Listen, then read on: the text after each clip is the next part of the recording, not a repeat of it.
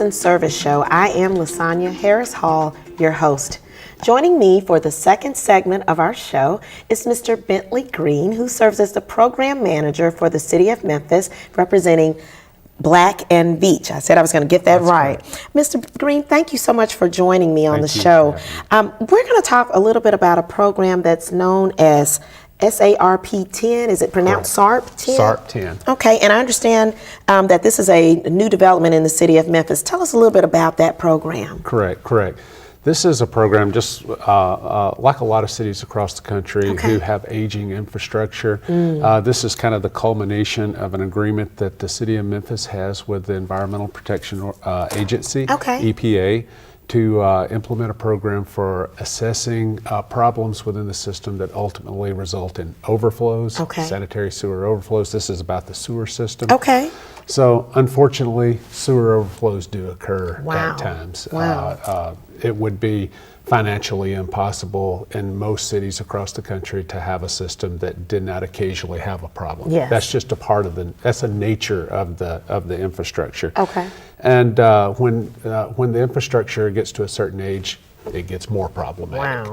And so when it does, ultimately cities will undertake programs to assess just what those problems are and undertake programs to rehabilitate that system and bring it up to date and bring it up to speed.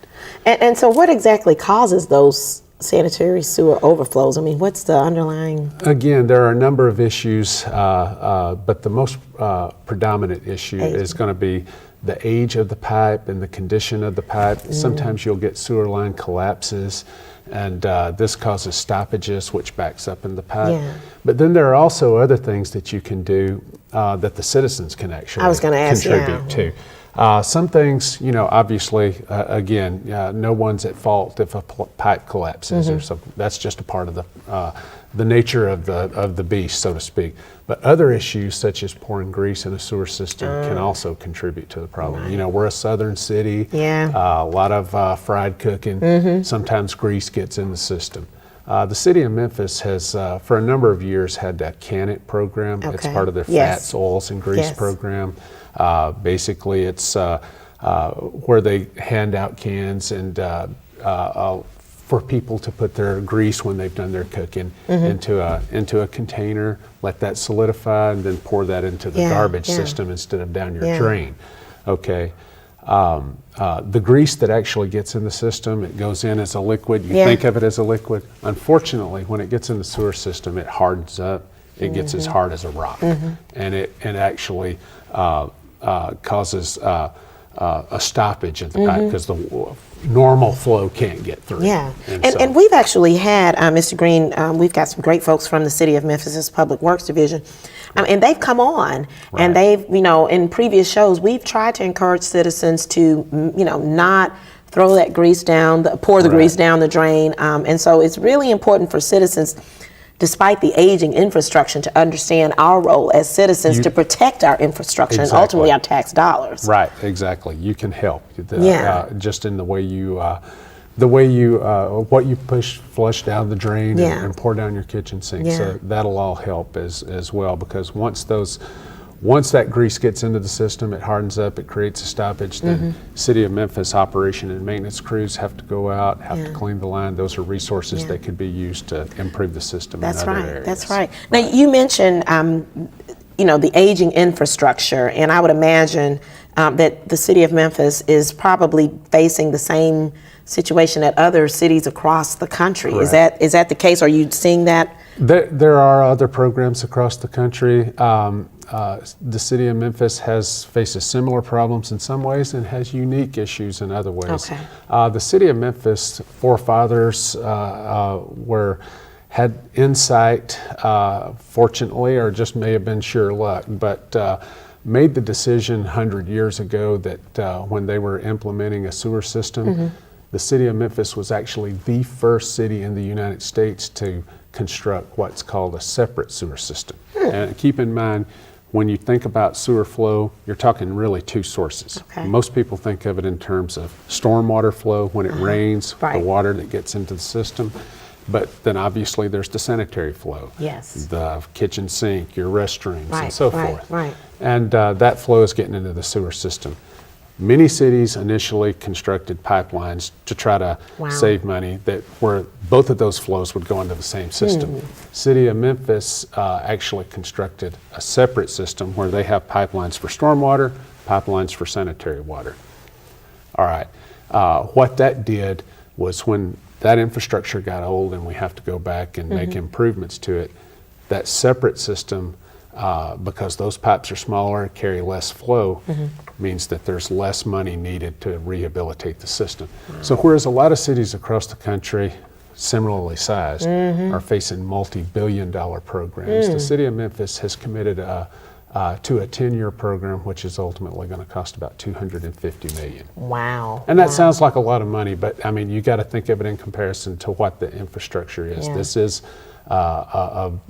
Memphis is a Yeah. big city, and it has a lot of infrastructure. Yeah, and I'm not an engineer, but it sounds like it still might be cheaper than what other urban cities or larger cities this size might be facing in terms of dealing with their infrastructure. I mean, just as a comparison, City of St. Louis is implementing a $5 billion program. City of Atlanta is implementing, I think, a $4 billion program. So again, that's not to diminish. $250 million. Still a lot, It's still a lot of money. Comparatively speaking. Comparatively speaking, Yeah. Memphis is getting off.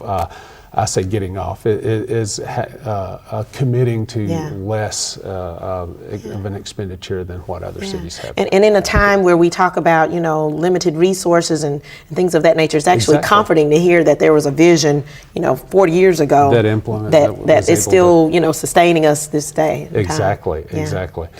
Well, what will this program consist of? We're on the show to make sure viewers are aware of the program, but what exactly will this program consist of? Well, there are two parts of it, and a lot of times when our contractors are out doing some of the work that they're going to be doing in the field, you'll never know they're there.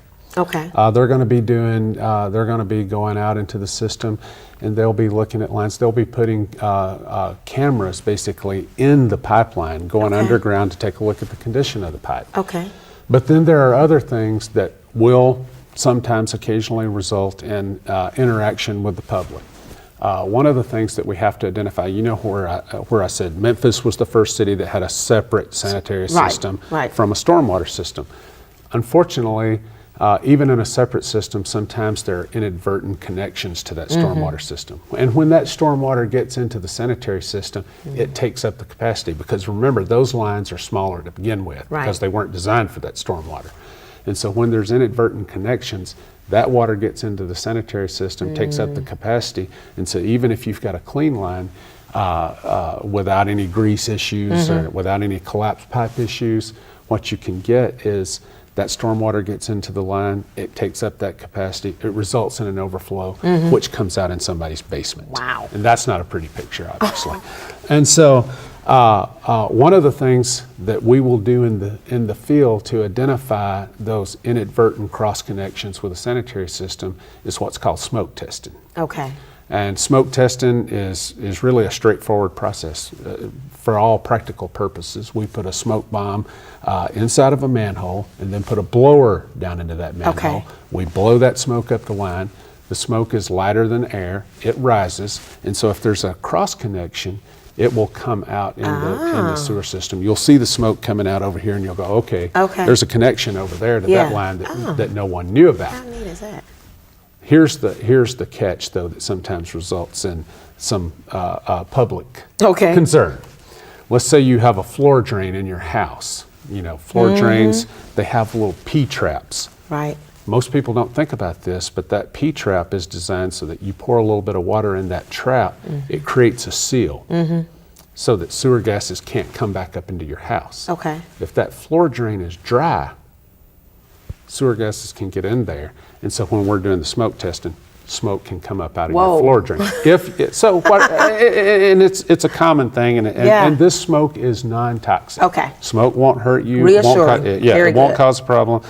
But so what we will do is a public information campaign in advance of this work, and we'll have our contractors go through, and they'll put door hangers on your door. Okay. These door hangers will tell you what to do. Put water in your floor drains. I mean, you're not talking about having to do this on a daily basis. If you do it once a month, you've got it taken care of. Okay, good. Because the water, it will eventually evaporate, but it's not going, if you do it just occasionally, you've more than covered. Okay. And that'll prevent that smoke from getting back up into your house when we're doing that testing.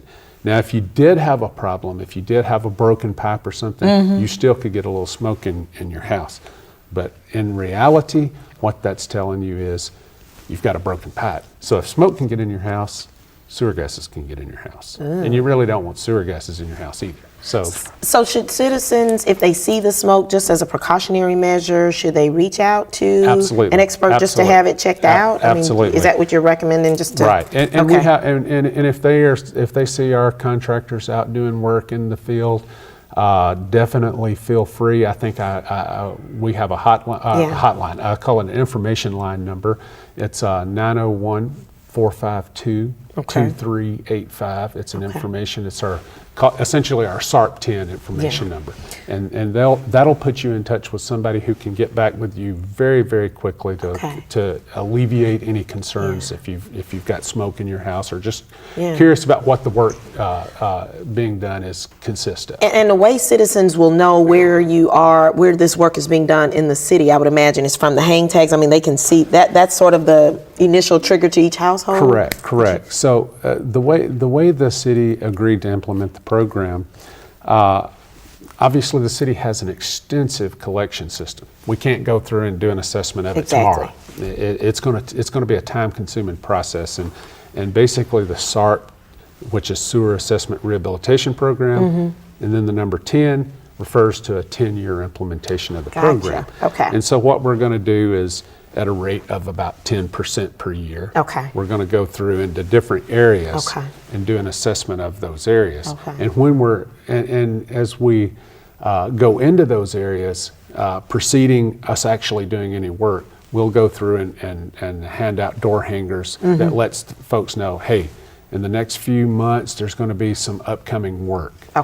Then we come back before we do the actual smoke testing, because that's the one thing that really, raises some red flags when somebody sees smoke coming out, as all of us would be.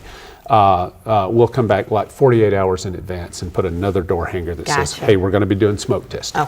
So. And if people are inquisitive and want to know a little bit more about it, they can call. You gave us a number, and maybe you should share that number once more for the viewers. Right, that's a SARP10 number. That is 901-452-2385. And I know that when you said they put the hangers on the door, we want to just make sure citizens know that we would never be soliciting. They need to be a little cautionary about that. Unfortunately, as you're aware, sometimes folks will impersonate contractors, impersonate city personnel, and ask for money or resources or whatever. Our personnel are set up to actually do smoke testing. They will never be making contact unless they've been with anybody, any residents, and unless the resident is asking them for information. None of our contractors, they will all have ID badges.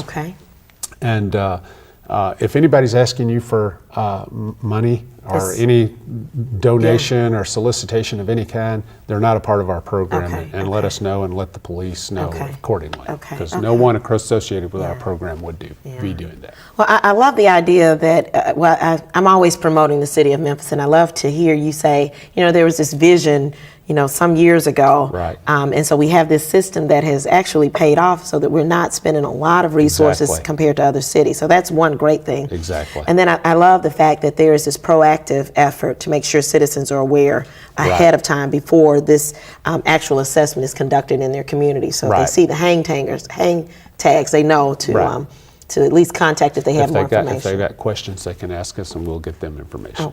And we're talking about the Sewer and Rehabilitation Program 10, meaning it's a 10-year... 10-year program. All right. Well, Mr. Green, I just want to thank you for coming on, and as I've mentioned, we've had Public Works Director Gillum and his staff on just kind of educating people about not pouring grease down their Right. sewers and the things that we can do as citizens Exactly. to help this effort come to fruition. Right, Okay. exactly. Well, thank you, Mr. Green, Program Manager with Black and Veatch, who's working with Thank our you, City of LaSonya. Memphis Public Works Division on the sewer and rehabilitation assessment program. I might have gotten that wrong. Thank you Did so good. much for All right. joining us. Thank you. All right. We're going to take a short break, but please come back because we have some exciting visitors that you cannot miss.